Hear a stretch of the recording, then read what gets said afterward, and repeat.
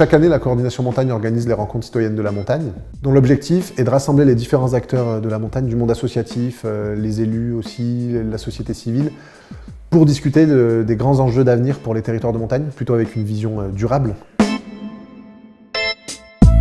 Donc cette année, on a mis le focus sur la question de l'accès des jeunes aux pratiques de montagne, parce que le constat est toujours le même, qu'il y a une baisse de la pratique d'activité.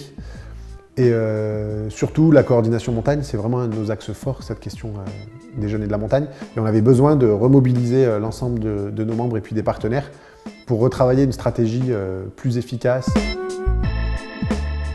Donc ce séminaire, il est ouvert aux membres de la coordination montagne qui travaillent sur les questions de jeunesse. On l'avait aussi ouvert aux acteurs du tourisme et des activités de montagne et des acteurs de jeunesse qui sont en dehors du giron de la Cordo. Et au niveau international, on avait 7 partenaires internationaux qui venaient à la fois d'Europe de l'Est, d'Angleterre, d'Espagne et puis du Maghreb. Le mardi, on a eu 2 ateliers qui se sont déroulés en parallèle. On a eu un atelier sur la coopération des acteurs entre acteurs de jeunesse, acteurs de montagne et acteurs du tourisme et de l'hébergement. On a eu un deuxième atelier qui avait lui plus une entrée territoire, puisque la question c'était sport, nature et développement territorial. Et l'idée c'était de se dire que via les activités de montagne, on découvre un territoire et un milieu naturel. Donc il y a des apprentissages particuliers et un intérêt particulier pour emmener les jeunes en montagne et que les activités de montagne permettent ça.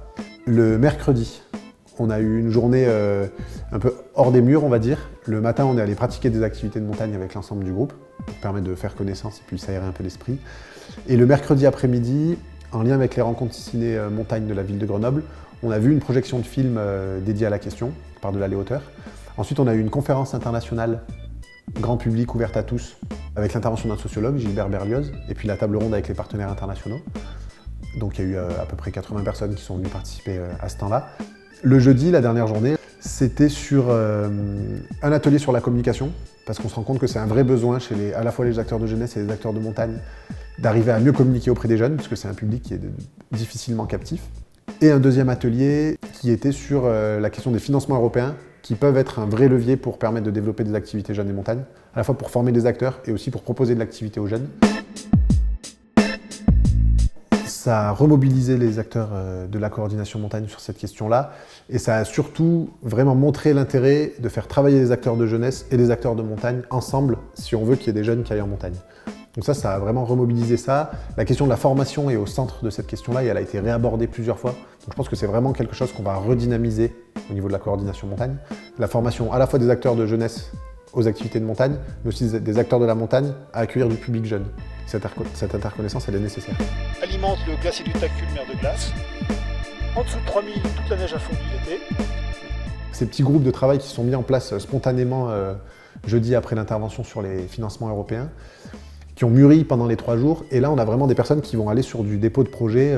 Je pense notamment à l'association Graines de Paix algérienne et l'association En Passant par la Montagne, qui vont travailler sur tout le volet rencontres interculturelles et comment est-ce qu'on se réapproprie la montagne. Je pense à des potentiels futurs échanges de jeunes entre différentes fédérations. Donc là, on a vraiment des résultats concrets et l'envie des gens de travailler ensemble.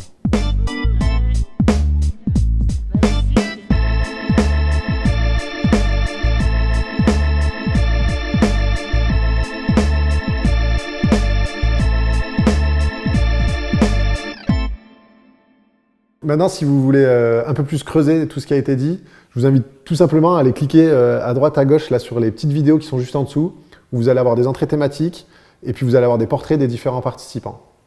Merci beaucoup.